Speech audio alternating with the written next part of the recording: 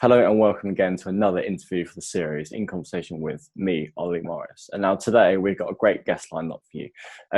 Yara Abdallah, who I got to know from our time studying on the sports events course with the Event School London. After the course, Yara has been currently working on the 2021 Men's Handball World Championships in Egypt. Yara, thank you for joining me today. Would you mind telling our viewers a little about yourself and how have you coped during lockdown? Hi, Ollie. Thank you for having me. Thank you, Maria. So to begin with, like my career timeline, I first started in 2009. I was a volunteer in the Under-20 World Cup, which was in Egypt. And since I could speak good English, they just needed someone to be an English PA announcer. So they had me do that inside the stadium, and I was only 17 years old at the time. And it was like an eye-opening experience for me because I loved sports and I never knew I could work in sports. And I was studying architecture at the time. I had just got into uni. So my second semester, I switched to media communication studies and decided to specialize in sports media. And since then, I've been following FIFA's website for internships and opportunities. And I found this great opportunity to volunteer for the World Cup and the Confederations Cup in Brazil. So I applied for that, and I had to do multiple online exams and a couple of Skype interviews. And I got accepted. So in 2013, I traveled to Brazil for the first time, and I stayed for about 2 months in Salvador. And I was a media volunteer. And that was the first time I met Jorge from FIFA. He's a Portuguese FIFA media officer. And I was the only international volunteer working at that stadium. So he had me working in the press conference, which I loved. And then this year after, in the World Cup in 2014, I got reallocated to Maracana Stadium in Rio de Janeiro, which is a dream come true to any football fan. And lucky for me, Jorge was also transferred to Rio de Janeiro. So as soon as he saw me, he was like, "You're working in the press conference. You know how it goes. That's what you're gonna do." So it was absolutely amazing. I got to see so many players, retired and current. I was there for the final game, got to see Shakira, and basically anyone who came to a press conference I got to see. And afterwards, in 2015, Xavi Hernandez had a 1-week football camp in Cairo, so I also volunteered there. In 2016, I volunteered for the Rio Olympics, and I went back to Brazil for the third time. In this tournament, I was not working in media. I was an NOC assistant to the Egyptian delegation. So basically, I would help them out with anything that they need, transportation, accommodation, translation, any problem that they would face, I would have to fix, whether it was the players, the coaches, the federations, the Olympic Committee, basically the whole delegation. And in this tournament, I met Mr. Khaled Abdelaziz, which is the previous sports minister in Egypt. And I was assigned to be with him for the 10 days that he was in Rio. So basically, I would wake up at 6 a.m, prepare for the day, go to him, spend the whole day with him, going around watching every single Egyptian player that was in the Olympics, and going back to home at like 12 or 1 a.m. just to wake up the next day and do it all over again. And it was amazing. It was so hectic, but I loved it. And he was so impressed with what I was doing. So last year, he nominated me to work in the 2019 African Cup of Nations in Egypt. Oh, okay. That sounds cool. So I also volunteered there. And since I had a lot of experience, they had me in charge of the media center inside Cairo Stadium. This was probably the hardest and the toughest competition that I worked in. There were so many things that were going wrong, but I think I learned from it the most. And in this competition, I met Mr. Mohammed Sabit, who is head of media in CAF. And right now, he took me to work with him in the 2021 Handball World Cup. So he's head of the Communications and TV Broadcasting Committee, and I'm his assistant. Wow, okay. So it's going pretty well so far. Oh, well, I sort of have to congratulate you on actually getting a job out of a tough time at the moment, because obviously with COVID-19, it sort of hit hard with everyone, especially with myself and recent graduates. It's been tough, but how have you been coping since lockdown? Have you been okay? Like, because you're based in Egypt, so it's very different to the UK. Yeah, it hasn't been easy at all. For like almost 4 months, everything was closed completely. All jobs were on hold. I couldn't get a job. My previous job was on hold because we couldn't really do anything. And especially for the competition, everything is really packed because we have to be ready. The competition is in January, so we have to be ready before that. And the draw is next month. And we're just trying to figure out how we're going to get fans in, the media, everything, and just deal with the whole COVID-19 situation. So it hasn't been easy at all, but we're learning something new and we're trying to deal with it. Yeah, definitely. Could you tell us what's it like working, volunteering internationally? Yeah, definitely. This is something that I recommend 100% to anyone who wants to pursue a career in sports events. Going outside of your comfort zone pushes you to learn so many things. And the friendships that I made in Brazil are the ones that I cherish the most. I've had more than 5 different people come visit me here in Egypt, and I went to see people in Germany, in the UK. I've met people in the US, in Philly, in Canada. Wow. Everywhere I've went, I've had someone that was working with me in Brazil. Of course, it wasn't easy and it wasn't all happy the whole time. There were some moments where it was very challenging with language barriers. Sometimes you just miss home, but honestly, this challenge has helped me grow so much. You say about networking. Do you think that's crucial for this industry? 100%. I always say the 2 main things in order to get ahead working in sports is experience and connections. If you lack either one of these, it's going to be completely difficult for you to go any further.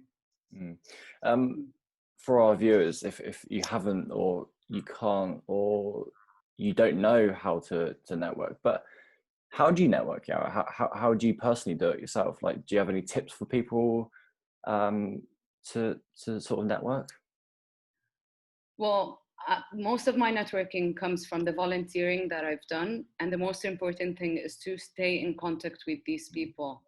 If it's Christmas, then wish them a happy Christmas. If it's summer, then ask them how they're doing. If Corona is happening and there's a pandemic, then you message them and ask them how things are on their side. So even if someone isn't very responsive, you have to make them know that you're there. So let's moving on now to your actual current role, because ever since I found out that you got this role, I've been excited for you. But could you tell us a bit more detail about your day-to-day workings at the actual handball championships? Sure. So right now I'm working in the local organizing committee. And the committee I'm working in is communications and TV broadcasting. And my duties are basically divided into a bunch of things. So right now we're creating a full website with a full media channel, which isn't easy at all. And so the media channel is where the journalists apply for the accreditations and we have to approve and so on. And it's a very complicated thing to do. So hopefully, finger crossed, it could be done by today or tomorrow. Every week we have to do 4 different site visits to all the 4 venues where the competition is being played. Yeah, because so we've got one working venue, which is Cairo Stadium, and we have 3 more venues that are being built from scratch. So right now they're in the 70 to 90% finished phase. So we're trying to make that everything that the engineers are doing, building the stadium, fits our operation needs. So it would make life easier during the competition. So one of the, for example, a problem that we faced is that in one of the stadiums, they had the route for the photographers from the media center to the field to go through the locker rooms, which for us was, it didn't make any sense, completely impossible. And we had them build a different route for the photographers to do. So it's really interesting seeing how the stadium is being built and then cater to your own needs. But you sort of explained a site visit, but like, is that all it is, or explain a little bit more about a site visit? So basically, we go see the engineers and the stadium being built, and since we're working in media, then we only check the media parts that affect us and our operations. So for example, we see how they built their press conference, where the photographers are going to be sitting, the media tribune, the mix zone and its layout, and everything that basically media operations revolves around. And if anything isn't working according to our needs, then we file a report, send it to the engineering side, and we request that they change it according to our preferences. And basically we have to go every week to follow up with everything that we asked with and make sure that they've done it exactly as we need, where all the lighting is available, all the electricity needs for for the journalists and the photographers, make sure the internet is working, fiber, everything related to broadcasting, where the UV cards stand and everything. Yeah, it sounds really, really good just to that site visit, but even your role just sounds exciting as it is. So I'm very envy of you right now. But what would you consider your highlight, career highlight? I would say my highlight would be definitely the World Cup in Brazil. It wasn't easy, but every single experience I've had, it made a difference. But the highlight was the volunteering at the World Cup. Because I mean, growing up, you'd see the World Cup and it's the main event. Everyone's waiting for it all over the world. I mean, the Olympics was fun, of course, and I learned a lot from it. But in the World Cup, it's one game playing at one time and everyone in the world is watching it. While in the Olympics, you've had swimming and shooting and weightlifting and everything is going on at the same time. But in the World Cup, it's like everyone's attention on one stadium and one game. And the atmosphere in Brazil for a World Cup, in football, it was just definitely the highlight of my career. It sounds quite well. It sounds very exciting from that point of view, because I've worked at many events at Wembley Stadium, and yeah, I have the same sort of feeling at each and every event working there. But from a World Cup point of view, it sounds very, very exciting, and I'm very envy again of what you've done, even the volunteering role. That I recommend you do. Definitely. I understand you've volunteered in many sort of major events, but what's the most challenging point of events, or the most challenging moments in your sort of volunteering career or the current role you're at? And is there one that stands out, or and something that you will learn from it? Yeah, definitely. I think the most challenging experience I've had was the 2019 African Cup of Nations in Egypt. So the competition was supposed to be played in Cameroon, and a few months before, they discovered that Cameroon were not ready and they moved it to Egypt. So we were trying to get everything ready in just a few months. And then on the first day of the competition, the CAF media channel crashed and we had to do everything manually for the rest of the competition. So imagine managing an 80 volunteer team who's responsible for 2,700 journalists and photographers, and just having to do everything with a paper and a pen because the website crashed. I For this whole month, I didn't see or talk to anyone who was not working in the competition. Really? I spend the whole day at the stadium, just wake up at 8 in the morning and go to the stadium and maybe go home at 1 at night. I didn't get any days off during the whole competition. But honestly, I don't think I would do anything differently because it taught me so much to do it manually. And now that I'm creating a full media channel, I know exactly what my needs are and I know exactly how it needs to be done. And it was really challenging. It was very hard, but I've learned so much from it. And honestly, I wouldn't change it. Well, I'm glad that you're learning or learned from that experience, and you're taking that forward to your current role now.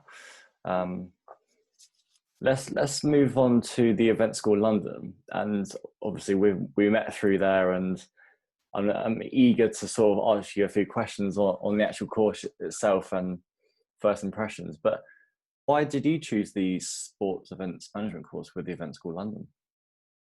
So during the coronavirus pandemic lockdown, we've all been staying at home, just looking online and basically searching for anything to do.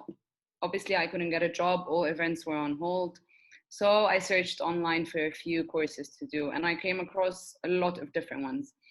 But I think the Event School London stood out more than anything else because the curriculum that they had was exactly what I was looking for, and it was exactly what I do at work. And the fact that it was a live video chat on Zoom with a teacher and other students rather than just a 3-hour video to watch, I think this was the winning point for me because everything else I found was just a few hours for you to watch and then you get a certificate and that's it. But what stood out the most, I think, was that you actually get to interact with other students, you interact with the teacher, and it really felt like we were in class. Definitely. Yeah, likewise. I felt obviously initially you don't really know the other person or the other people in the room, so obviously the first sort of time you are nervous. So what was your first impressions of myself, Sharifa and Tobias? I think I was very excited to meet everyone and like get to know each person. And obviously me and you, we've become friends afterwards. I've talked to Sharifa a few times. Haven't really been in touch with Tobias since then, but I really do hope that after everything is over, we get to meet like all the four of us with Maria and just like have a small hangout together and like get to actually meet each other in person. Yeah, that would be really cool to sort of even after the whole pandemic and stuff like that. It would be good to sort of get together and just have a catch up through the whole year or how long we're going to meet for. But it'd be really good to sort of to do that. But what were your main takeaways from the course? So before this course, I've never done a site visit. And with my current job, I have to do at least one every week. And I'd say that was the most important thing that I've learned from the course. Everything else I've sort of knew before, but just got into more details than I've originally known. But for the site visits, the way that Sharifa explained it, and I think with the site visit, we were paired with the other event group and seeing every single person and how each person dealt with their site visit, it just really opened my eye. And now when I do it, it's a lot more easier. It just comes naturally. So I think that was the thing that I learned the most, and like really appreciate the Sharifa for explaining it perfectly. And I really hope that I get to work with her one day on a major sport event. Yeah, it'd be good. I haven't done a site visit, like a sports site visit yet, but from what we learned, or what we learned is Sharifa made the content very clear and precise, and I've got a few good takeaways from that course, and hopefully I'll use that in the future. But from your soundings, you took that away and you've put that into practice. So that's really good. But did you enjoy taking the online courses? I know you mentioned it slightly previously, but did you? It was twice a week for 4 weeks. Did you enjoy that sort of the layout of that? I really did. It was very easy. The event school had simplified everything for us, and it was something to look forward to during the lockdown. For me, 2 days was not enough. Mm-hmm. And I remember on the very last week, Sharifa was saying that the next class would be our last class, and I was like, what? It's been 4 weeks already. Like, I couldn't believe it, because I got used to it, that it was a regular thing, and it was so easy, and it's something you look forward to. And it was great to see how Sharifa had catered the course for each one of us. So obviously you were just graduating. I was already working in the field, and Tobias was considering a career switch. So we had like 3 different people with different needs, and Sharifa just managed with the course to cater it to be perfect for each one of us, and each one of us to get exactly what they need in order to reach their future goal. So I think that's what I enjoyed the most about it. Yeah, I agree. But yeah, time went so quickly. Like after the 3rd, 4th week, it was just like, oh my God, we got the last week, or we got the last session. It was sort of sad to sort of see that go. And because afterwards you don't think, oh, what to do next. It's like, yeah, we're finished. And it was very sad. But I'm glad we sort of we're all kept in contact. And hope we get contact with Tobias at some point. But yeah, it would be good to sort of meet up. But we had some guest speakers, if you remember. But any particular guest that you remember and sort of took away? I think Roger Hooker from eFormula. He was the guest speaker I remember the most, because I was never exposed to the esports world, and I've only worked on ground. And I've been to a Formula race last year in Bahrain. So I just couldn't imagine how they could do that online. And he just explained it very clearly to us, and he was very helpful afterwards, added all of us on LinkedIn. And this is exactly what I was saying before with maintaining connections that you meet along the way. So yeah, I think Roger was the most memorable one. Yeah, definitely. Funnily enough, I know you haven't seen it yet, but I know, well, I interviewed him as part of the series. If anyone hasn't watched it yet, go watch it. It's really good. Lot of advice that he's given us graduates, us just people in the events industry. So please check it out. Definitely. But yeah, thank you for today. I enjoyed our little interview. Thank you so much, Ollie. I really had fun. You're welcome. Well, thank you. It's been a pleasure to sort of catch up and sort of get your background of your career so far. But yeah, hopefully your job at the moment will keep going, and I'm sure. And afterwards we can meet in person. Oh yeah, fingers crossed. Huh? That'll be really good. But yeah, we'll speak soon.